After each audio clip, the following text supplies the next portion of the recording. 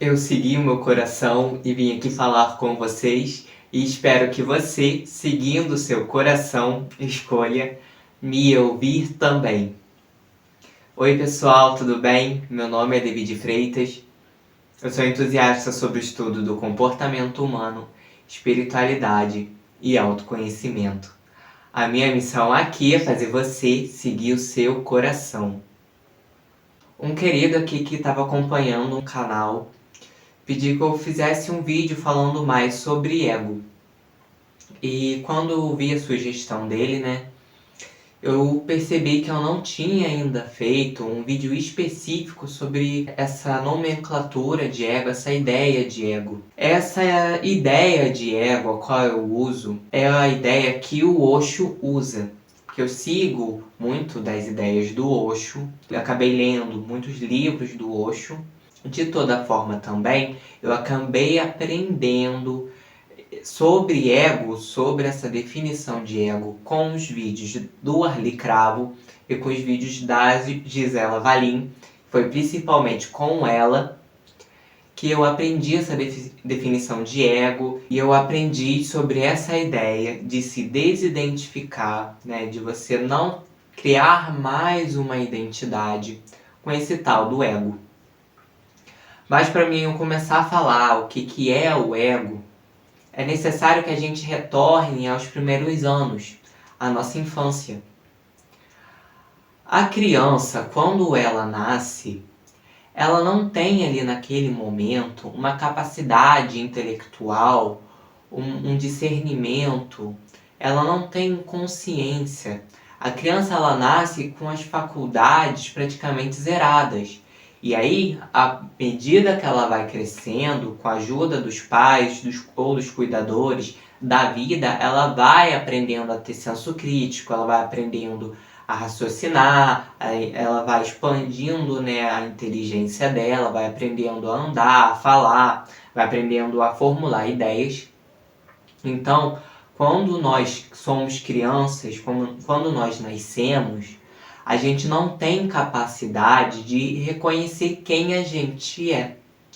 Ou seja, a gente não tem naquele momento a capacidade de olhar para dentro e de descobrir quem é a gente por essência. Então a criança, ela já nasce com centro, ela já nasce com um ser. Seria o ser real, a essência, o centro, a centelha divina. Já nasce conectada com o eu superior, várias nomenclaturas, Mas ela já nasce. Só que ela não tem esse discernimento, essa capacidade de olhar para dentro e de perceber o que é ela de verdade. Então a criança ela não sabe o que ela é de verdade. Ela não tem capacidade de aprender isso.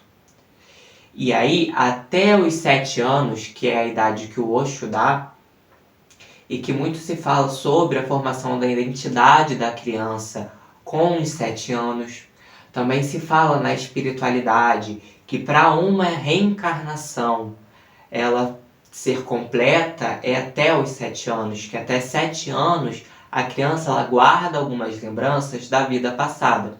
Isso para quem acredita em reencarnação. Não vou entrar muito nesse mérito nesse vídeo. Mas então, até os 7 anos, a criança ela não tem como ter a capacidade de olhar para dentro. E durante todo esse período de 7 anos, na convivência com os pais, com os cuidadores, com a sociedade, ela vai tendo uma ideia do que ela é. Só que essa ideia, ela é uma ideia que não veio dela própria, que não veio do olhar dela para ela mesma. Na verdade, essa ideia que ela tem de quem ela é, que ela vai fomentando até os 7 anos e ao longo da vida, é uma ideia que é uma ideia refletida do pai, da mãe, da sociedade. Então, nos primeiros anos, principalmente naquela época de recém-nascido, a criança ela acha que ela e a mãe são um só. Ela não consegue reconhecer que ela e a mãe são duas coisas separadas, que são dois indivíduos diferentes. Ela cresce um pouco mais e ela começa a ter um senso de individualidade, mas quando ainda muito pequena, ela ainda acha que ela e a mãe, ela ainda acha que a identidade dela está atrelada à mãe. Então, essa criança ela vai aprendendo o que ela é através das outras pessoas, da mãe, do pai, dos cuidadores. Então, ela faz uma careta, a mamãe ri. Ela chora, a mãe atende. À medida que ela vai crescendo, ela faz uma coisa, a mãe ou o pai dela desaprova ou aprova. E aí, com várias dessas circunstâncias, ela vai aprendendo que para os pais, que são uma figura importante para a criança nos primeiros anos, o que é atitudes aprováveis e o que são as atitudes reprováveis. Então ela vai entrando, ela vai se moldando muitas vezes, ou em duas opções. Ou ela vai ver aquilo que agrada e desagrada aos pais, e ela vai fazer somente aquilo que agrada os pais, que eles trazem um reforço positivo. Ou então, se os pais não forem pais com muita maturidade emocional, não forem pais que dão muita atenção para essa criança, ela vai começar a fazer o que desagrada os pais, o que os pais desaprovam, para que os pais possam dar atenção para ela. Então, nesse início, assim, nesses primeiros anos, a criança ela ainda não sabe exatamente quem ela é. Ela não sabe ainda que a identidade dela é uma coisa à parte dos pais. Porque naquela época não é uma identidade à parte. A identidade da criança está ainda muito ligada com os pais. Então, tudo que os pais fazem, tudo que os pais falam sobre ela, todas as reações que os pais têm, acabam refletindo em como ela se entende como indivíduo. E aí a criança ela cresce mais. Então ela faz uma coisa, o pai a aprova, ela faz uma coisa, desagrada a mãe, ela faz uma coisa, a mãe briga com ela faz uma coisa, a mãe não dá atenção, ou a mãe dá atenção. Ela começa ali a viver como um indivíduo a pequenos passos. E aí ela começa a perceber que a mãe, o pai, o professorzinho da escola, a tiazinha, o tiozinho da escola, que eles guardam uma ideia de quem ela é. Então, vamos dizer que a criança ela se chama de Lucas. Então, a mãe dela fala: Lucas, você é muito rebelde, você não pode ser assim, ser rebelde é feio, você tem que obedecer à mamãe. E claro que ela não está errada com esse pensamento. A tiazinha fala: Lucas, você é uma criança muito espoleta, você é uma criança que não respeita as leis, você é uma criança que não respeita as regras. Isso é uma coisa muito feia. Então a gente vai pegando essas definições das outras pessoas, nessas aprovações, desaprovações, e a gente vai criando uma ideia de quem a gente é. Porque a gente não tem um contato com a nossa verdadeira essência, com a nossa verdadeira definição do que a gente é. Então a gente entende o quê? Que a criança, nós como crianças, a gente vai criando uma ideia de quem a gente é através do olhar das outras pessoas. Tanto que se a gente pegar duas crianças, então vamos pegar a criança A e a gente vai botar essa criança A num seio familiar onde os pais não têm maturidade emocional, os pais desprezam as crianças indiretamente muitas vezes, não dão atenção. Uma criança específica, ela vai criar um ego rebelde, ela vai criar um ego que está o tempo todo desaprovando, desagradando, fugindo das regras, que não gosta das regras. Esse ego vai ser assim porque é a única maneira que a criança, muitas vezes inconsciente, conseguiu de atrair a atenção dos pais. Porque já que os pais não têm muito entendimento sobre afeto, ela assimila que no momento que os pais brigam com ela, os pais estão dando atenção. E nos momentos que ela se comporta, os pais nem olham para essa criança, não dão afeto, não falam que ama a criança, não abraçam, não a beijam. Então ela sente que ela só está sendo olhada quando ela faz algo errado. E aí essa criança ela pode criar um ego onde ela sempre está fazendo tudo ao contrário. Ela sempre está desobedecendo alguém, porque assim ela sente que é vista e ela sente que a identidade dela é valorizada, né, é afirmada quando ela desobedece.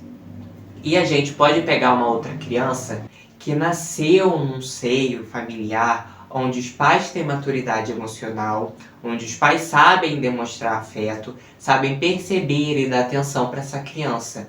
E essa criança ela vai criando o ego, onde ela se sente percebida, onde ela se sente amada, onde ela sente que é importante obedecer aos pais, que é importante respeitar as regras dos pais, que ela pode, mesmo obedecendo e desobedecendo os pais continuam amando.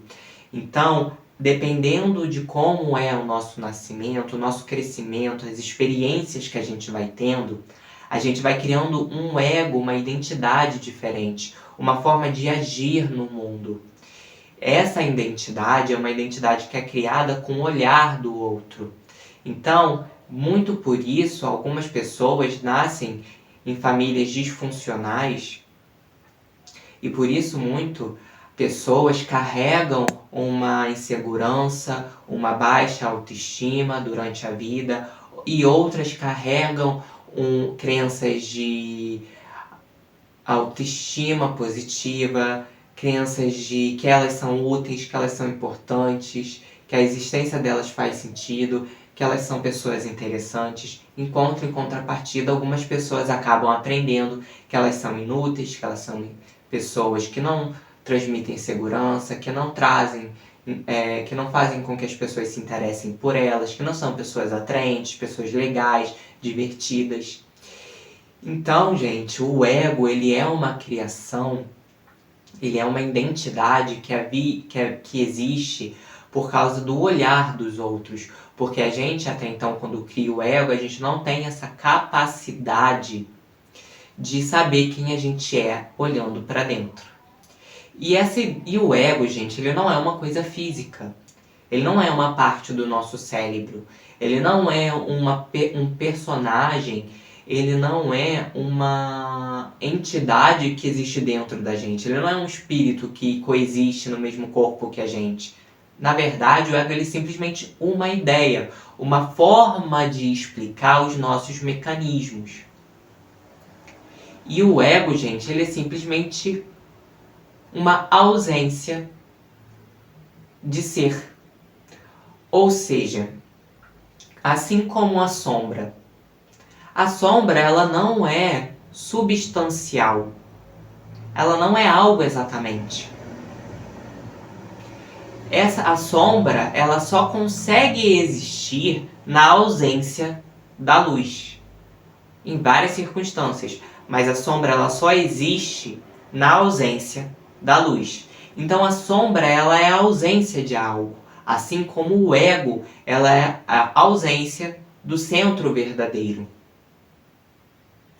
Então a criança ela vai tendo um centro de quem ela é, uma base de quem ela é. E essa base ela só existe porque ela não tem a base verdadeira.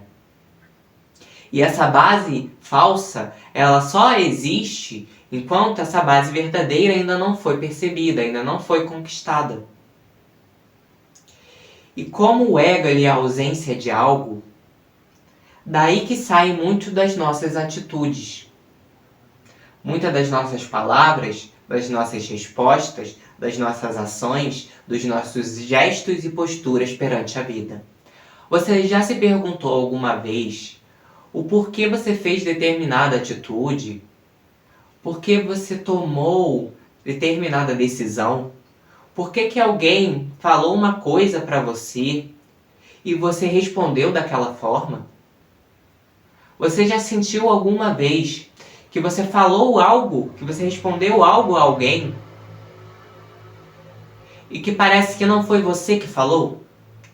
Que parece que algo tomou conta de você naquele momento e simplesmente falou. Só que se você tivesse parado e pensado no que falar, você falaria completamente o oposto daquilo?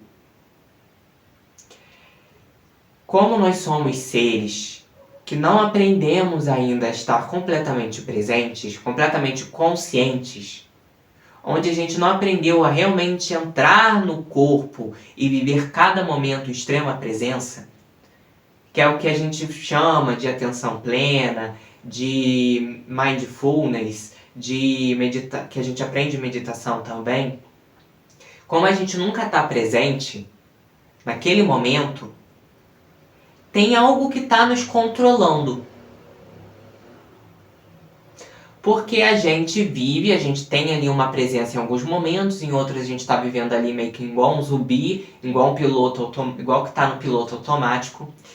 E aí, quando a gente está fora da presença, que a gente está, por exemplo, pensando no futuro, ou pensando no passado, enquanto a gente faz as coisas, tem algo que está ali fazendo, tem algo que está ali respondendo às pessoas, tem algo que está ali decidindo a nossa vida. E não é a gente, porque a gente não está presente, a gente não está escolhendo. Então, o que é que está controlando a gente? O que é que está tomando o piloto automático ali? O que é esse piloto automático que guia a nossa vida quando a gente não está presente? É o ego. Então, o ego, ele é a ausência de consciência. Ele é a ausência do ser verdadeiro. O ser verdadeiro é a gente. A gente é o observador. Por exemplo, quando você percebe que você acabou de pensar uma besteira, esse que observou o pensamento é você. O pensamento não é você, senão você não conseguiria observá-lo. Quando você olha, por exemplo, para o seu corpo, esse que o observa é você. O seu corpo não é você, porque você consegue observá-lo. Quando você percebe que você está com raiva, que você está triste, você é esse que observa a tristeza, a raiva. Você não é a raiva, você não é a tristeza, porque você consegue observar. Então, nós entramos numa ideia de que o que nós somos? O observador. E se o observador não está presente, agindo, algo está agindo no lugar do observador. E essa coisa que está agindo no lugar do observador é o ego. É essa nossa identidade que a gente criou. É esse nosso pilotinho automático. Então, quando a gente está ali numa situação no nosso dia a dia, que alguém nos pergunta algo, ou que alguma pessoa briga com a gente, e a gente responde de forma automática, o que responde dentro de nós são todas as vozes, são todos os valores que a gente foi adquirindo da sociedade. Isso é feio, isso é bonito, tem que agir assim, tem que agir dessa forma. Dessa forma não pode agir, porque senão você não é respeitável. Dessa forma você não pode falar, você não pode rir demais, você não pode falar dessa forma, você não pode fazer essa careta, você não pode ter tal emprego, você não pode se vestir de tal maneira. O ego é a junção de todos esses valores da sociedade.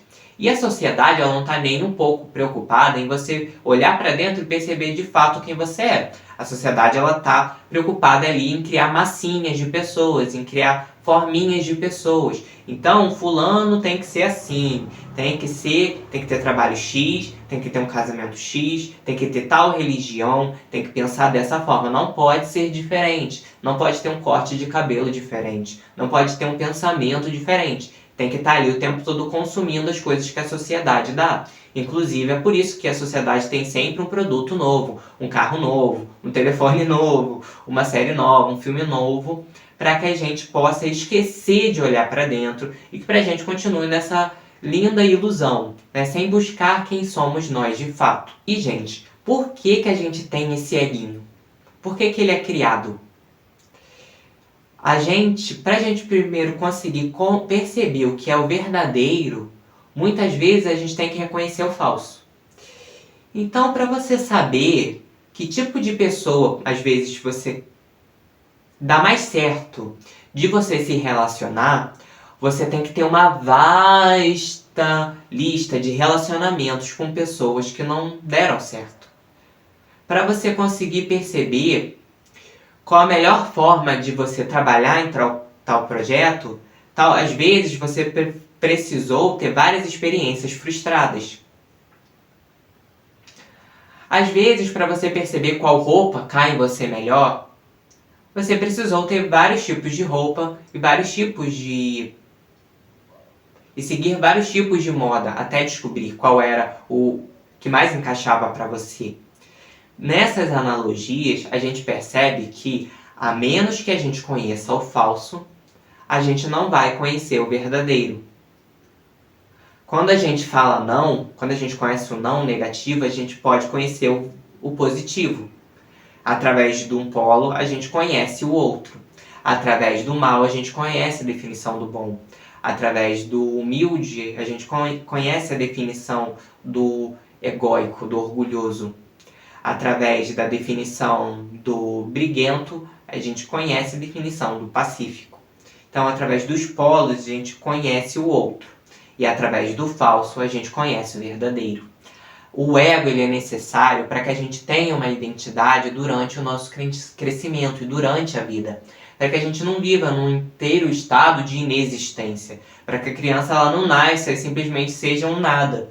Ela tem uma identidade ali de plástico, como muito bem fala o Osho, para que ela viva em sociedade. Uma identidadezinha, um senso de identidade de eu, para que ela consiga viver, até que ela descubra qual é o verdadeiro. Mas até que ela possa ter a capacidade de fazer isso, de olhar para dentro, ela precisa de uma identidade emprestada para que ela possa viver em sociedade. Então, oi, eu sou Zezinho. Eu sou Zezinho, filho de Maria, filho de João.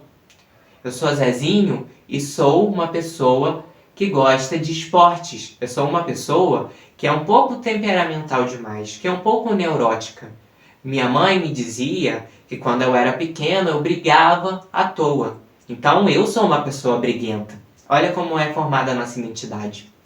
Quando eu ia para a escolinha, os meus professores sempre me tratavam com desdém porque eu nunca obedecia as regras. Então, hoje, eu não ligo muito para obedecer as regras, né? Eu sou assim mesmo. Eu sou essa pessoa. Eu não gosto de regras. Olha como funciona a identidade. Então, eu tive relacionamentos afetivos, eu e o Zezinho, e algumas namoradas que eu tive falaram que eu era um pouco possessivo demais, falaram que eu não respeitava a opinião delas, não respeitava a individualidade delas. Então eu sou uma pessoa controladora.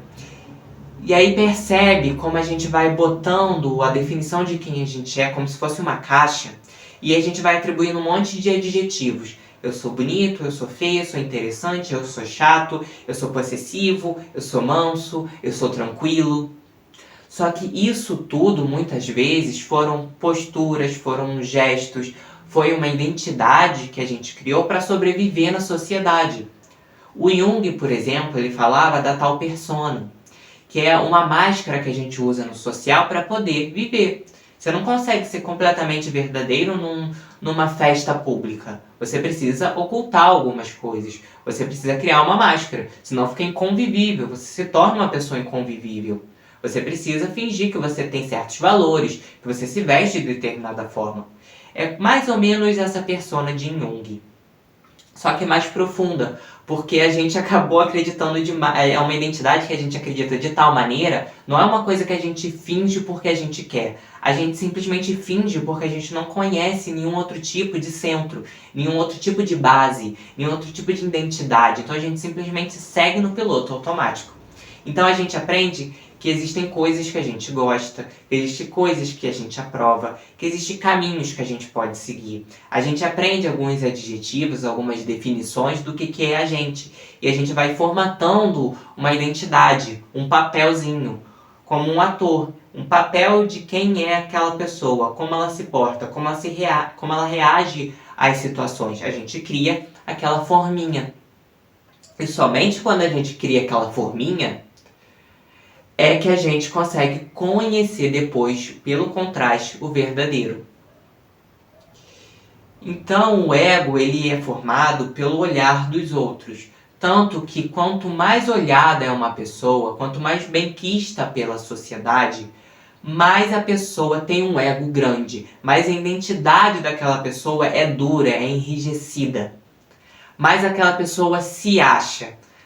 E quanto mais aquela pessoa ela busca a afirmação, maior é o ego dela, mais controle o ego dela tem sobre a própria vida. Porque o ego ele é criado pelo outro, ele não é criado por você.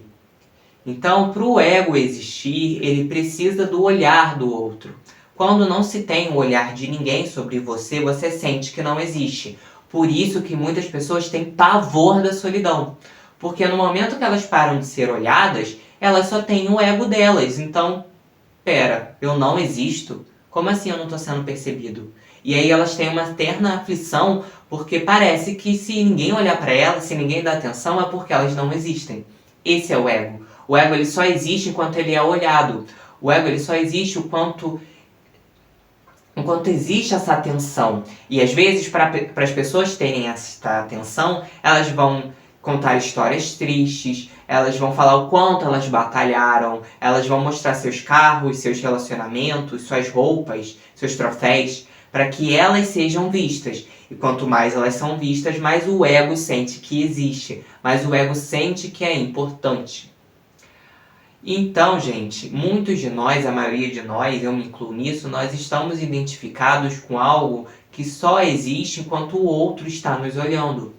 E por como a gente só conhece essa parte, que é falsa e que só existe quando o outro está olhando, a gente busca incessantemente o tempo todo que o outro nos olhe, que o outro nos perceba, porque no momento que a gente se sente desdenhado, que a gente sente que o outro nos ignora, a gente sente que a gente não existe, a gente sente que a gente não é nada, porque a gente ainda não encontrou a definição de fato de quem a gente é.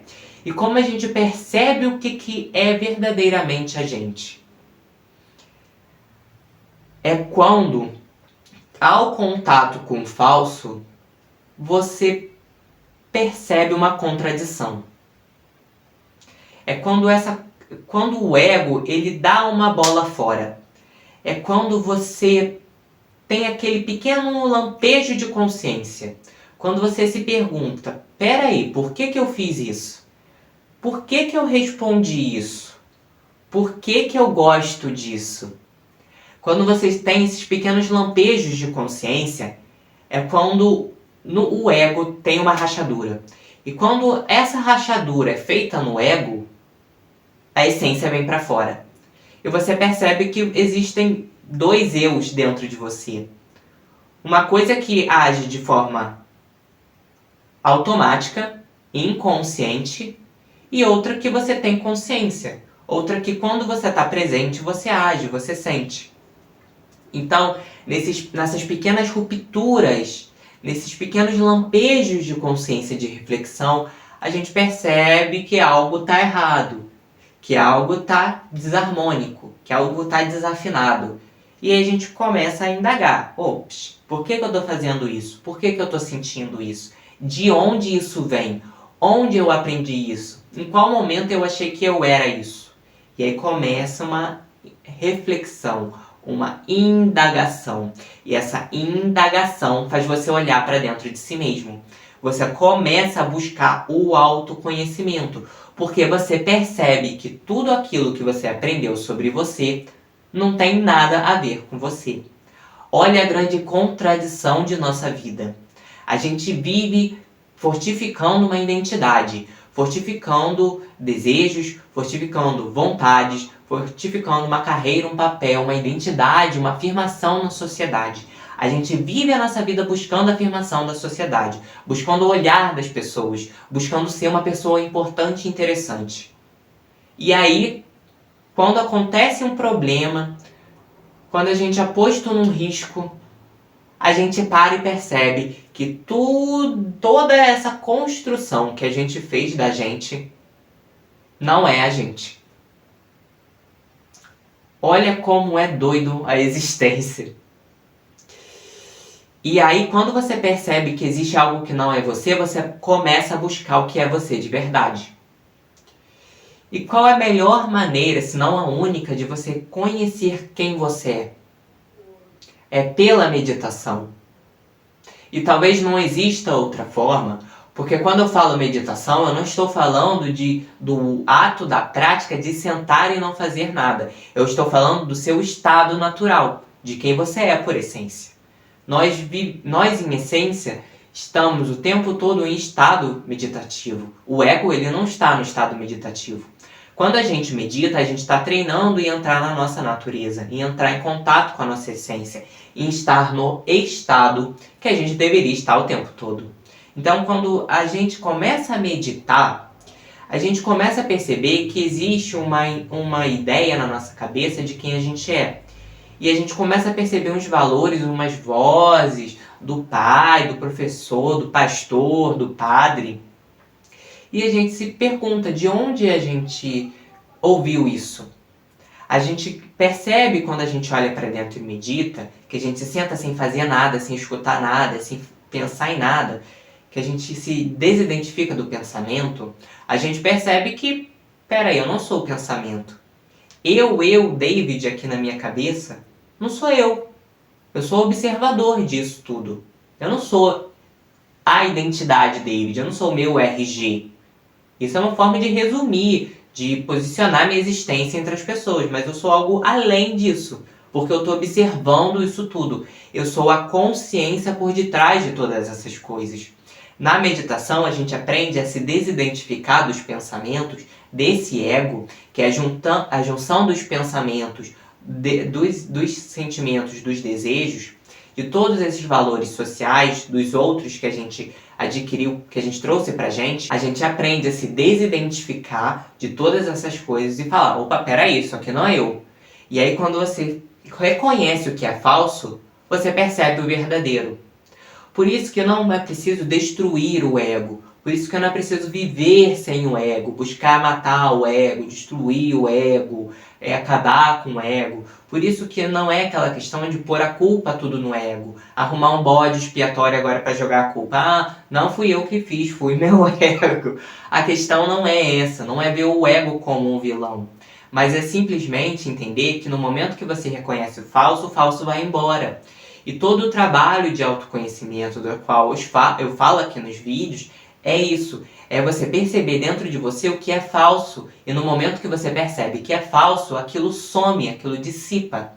Só que esse caminho, muitas vezes, ele não é imediato. Então você vai se conhecendo aos pouquinhos e ao você perceber aquilo que é falso dentro de você, as coisinhas que são falsas, elas vão pulverizando, elas vão evaporando e você vai tendo um vislumbre do que é o verdadeiro. Então você está lá sentado meditando e você deixa os pensamentos irem e virem, você deixa ele ir embora, deixa ele vai embora, não se agarra ao pensamento, não fica pensando o pensamento, deixa que ele vá embora. De repente, entra uma coisa em você, de repente, você entra num estado que você se sente unido a tudo e a todos. Parece que você subiu lá pro Nirvana, parece que você foi pro paraíso. Sério, você se sente. Você sente que você... É difícil explicar, mas é como se... Não sei se vocês já sentiram isso na vida de vocês. Quem medita normalmente sente, mas pode ser que você sinta isso em outros momentos. Quando você entra nesse estado, você se sente muito vivo. Não é um vivo no sentido de um esporte radical que põe em risco a sua vida, mas é um sentido de vivacidade. Você sente tudo. Sua sensibilidade aumenta a 1000. Você tem uma percepção, uma consciência que transcende todas as coisas. Você tem uma leveza, uma paz que transcende tudo. Naquele momento, qualquer problema que você tenha, ele deixa de ter importância. Qualquer requisição, expectativa de outra pessoa deixa de ter importância. Qualquer ideia de certo ou errado que você tem como valor, que você adquiriu de outras pessoas, da sociedade, como a tal moralzinha, né, a boa moralzinha, ela perde a importância. Você encontra algo mais precioso. Você encontra uma sabedoria dentro de você, uma percepção dentro de você. E o fenômeno é tão interessante, gente. E esse é o desafio que eu faço para vocês. De vocês passarem a meditar regularmente, mesmo que seja 5 minutinhos. Comecem a meditar, vocês vão perceber a diferença que traz isso para a vida de vocês. Você começa a mudar os gostos. Ah, você sempre tinha um grupo de amigos que você ia toda semana, no mesmo dia, você ia lá pra balada, sei lá, ou pra uma festa, um evento. Você passa a meditar, de repente, aquela sua vontade que você tinha de ir, que você ia empolgadíssimo, some. Você começa a ter vontade, não, quero ficar em casa. Ou não, quero fazer outra coisa.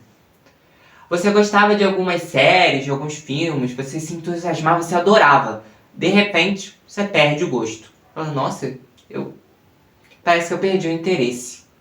Você tinha algumas amizades, começa a meditar, de repente, tem alguma coisa estranha. Você sente que tem alguma coisa estranha, que algo mudou dentro de você.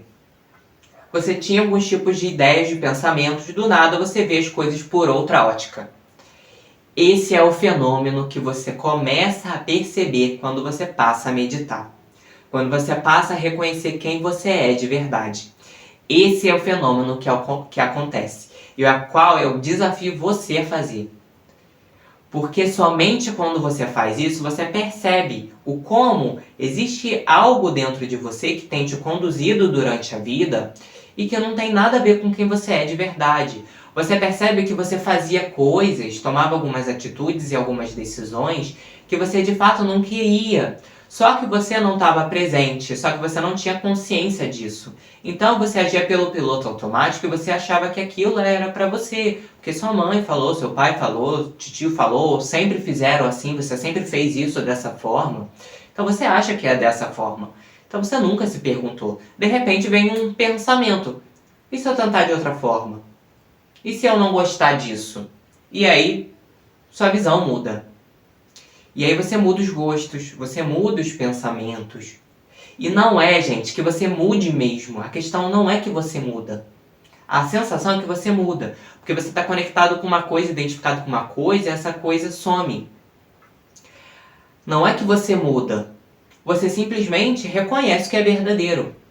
Então você começa a conhecer você de verdade. Então você falava, eu gostava daquilo. Às vezes você não gostava. Você achava que gostava. Mas o que você gostava, às vezes, era o extremo oposto. Só que você só foi reconhecer isso quando você começou a meditar. Quando você começou a olhar para dentro. Quando você percebeu que existia algo em você que não era você.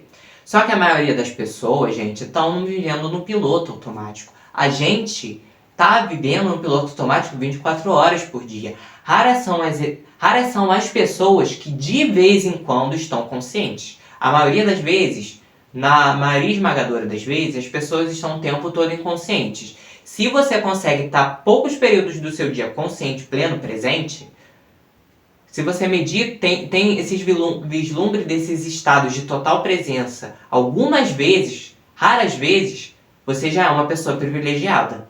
Porque são raras as pessoas que sentem isso. Então, a maioria das pessoas está no piloto automático. A maioria das pessoas está vivendo a vida sem saber por que elas estão seguindo por um caminho, por que elas estão fazendo isso, por que elas estão acumulando bens, por que elas estão fazendo tais cursos. Elas falam, porque é legal, porque as pessoas aprovam, porque vai me dar dinheiro, mas tem realização pessoal? Elas nem sabem o que é isso. Será que é de comer? Será que é de beber? Elas nem sabem o que é realização pessoal. Elas não estão nem aí preocupadas se elas estão realizando a alma delas, se elas estão felizes. Elas simplesmente estão vivendo que nem um robozinho. Vem aqui, trabalho, faz isso aqui, escolho isso aqui. Ano novo, vamos festejar. É Natal, vamos fazer uma ceia em família. É dia dos namorados, vou dar um presente pro meu namorado. É dia dos amigos, vou dar um abraço no meu amigo. Sabe, é tudo robótico, é tudo regrinha. Parece realmente que é um robozinho, que é um zumbinzinho. Não faz nada diferente, não escolhe nada diferente. E só quando você tem esse estado de presença que você percebe que o tempo todo você estava aí fazendo coisas que você nem sabe porque você estava fazendo. Aí de repente você está ali fazendo uma coisa no seu dia a dia, você para assim, você para e fala assim, por que eu estou fazendo isso? De onde é que saiu isso? Por que eu falei isso? E aí nesses momentos você tem um estado de presença. Mas são raras as pessoas que têm. E a gente vai conseguindo acumular esses estados de presença à medida que a gente vai trazendo a meditação para a nossa vida. Que a gente vai reconhecendo o que realmente é a gente. Mas só quando a gente cria esse falso, fortifica esse falso, é que a gente consegue ter depois a ideia do que é o verdadeiro. Por isso que o ego ele é importante, ele é necessário para que a gente viva em sociedade, até que a gente encontre o que realmente é o verdadeiro dentro de todos nós. Eu sei que a ideia é muito abstrata, é um pouco difícil falar sobre o ego, porque é uma ideia, é algo abstrato. Não é uma coisa real, não é uma coisa substancial, é uma ideia. Mas o ego ele só existe enquanto o ser não está presente. E é por isso que... eu falo sobre ego, gente, porque só quando você percebe isso, que muda uma chavinha dentro da sua cabeça, cara, parece que sua mente explode, você vive outra vida. Você vive antes da ideia do ego e depois da ideia do ego, porque sua mente muda completamente. Você começa a viver uma qualidade de vida infinitamente superior. E quanto mais você conhece o seu ego, quanto mais você percebe ele agindo, mais você se conhece e mais sua vida vai ficando melhor e melhor e melhor. E você vai percebendo que essa identidade que as outras pessoas esperam que você tenha, as atitudes que as outras pessoas esperam que você tenha, essa pessoa que as pessoas acham que você deixa de acreditar nisso. E você para perceber que aquela pessoa ignorante, feia, chata, tediosa, insegura, tímida, bicho do mato, que você achava que você era, porque sempre as pessoas falavam que você era assim, que você não é isso. E aí você percebe o como, ao olhar para dentro, ao se desidentificar do ego, o como você é único, é precioso, e não da boca para fora. O como você consegue sentir quem é você. Você não entende, sabe? Você sente, você fala, eu entendo o que eu sou.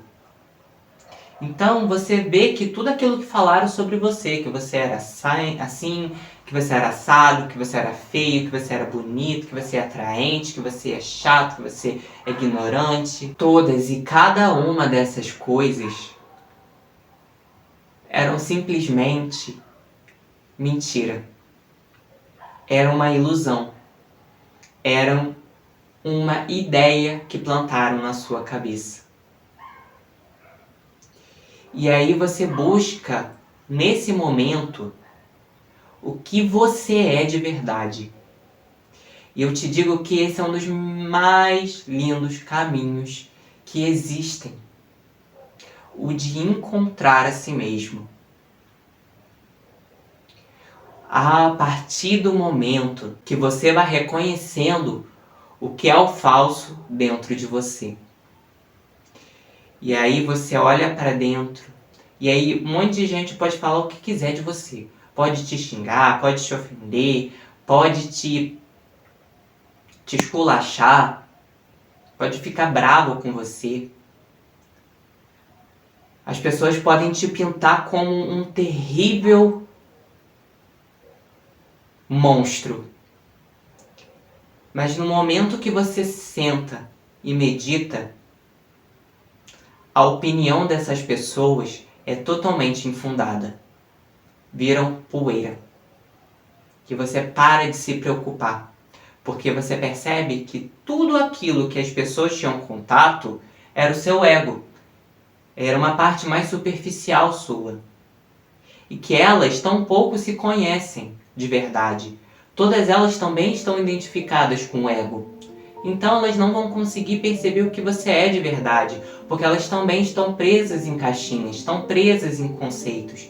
Elas também estão vivendo através de um paradigma que é materialista, que diz que elas são frutos do meio, que elas têm que se contentar com a infelicidade, com a tristeza, com a depressão. Se você tem uma doença como a depressão, é claro que você tem que procurar ajuda. Não estou falando que não deva fazer isso de nenhuma maneira. Psicólogos, psiquiatras, todos são incrivelmente importantes. Não devem ser descartados. Porém, essa ideia de que a gente tem que viver com dor, viver na tristeza, que a gente tem que se contentar com vazio, não é uma ideia que eu acredite. Porque eu entendo que no momento que eu olho para dentro, tudo aquilo que eu preciso já existe dentro de mim. E que se eu tenho problemas, e que se eu tenho tristeza, medo, sofrimento, é porque eu estou desconectado do meu verdadeiro centro e porque eu estou identificado com o meu ego. Então, todas as vezes que você está triste, que a opinião de alguém vem e te dói, que alguém vem falar uma coisa sobre você e dói, é porque você está identificado com o que é o falso e não com o que é o verdadeiro dentro de você.